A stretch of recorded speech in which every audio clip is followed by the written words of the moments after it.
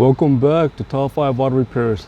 Today's topic, I'm going to show you guys how to remove a stuck oil pan. Before attempting to remove the oil pan, make sure you remove all the oil pan bolts over here, here, here, here, here, here, and here. Sometimes there could be a hidden bolt somewhere that's holding the oil pan in place. For example, there might be a hidden bolt covered in engine oil or covered in dirt.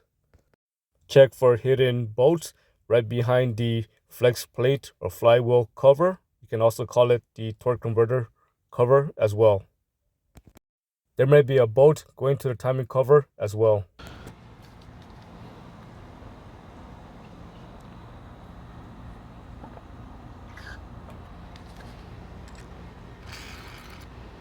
Next, get a rubber mallet and just tap all around it.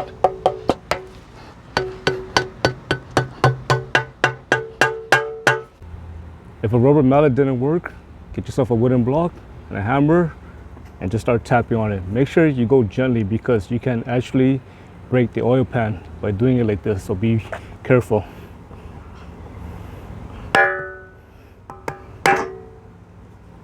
Wow, that was pretty easy. If that didn't work for some reason, get yourself a paint scraper, or you can also use a wedge, a wooden wedge, and just try to wedge it between. You want to be careful because the oil pan is aluminum and the mating surface is aluminum, and you can easily damage it. So make sure you just go straight and work your way around it. You want to try to scrape as much gasket as you can.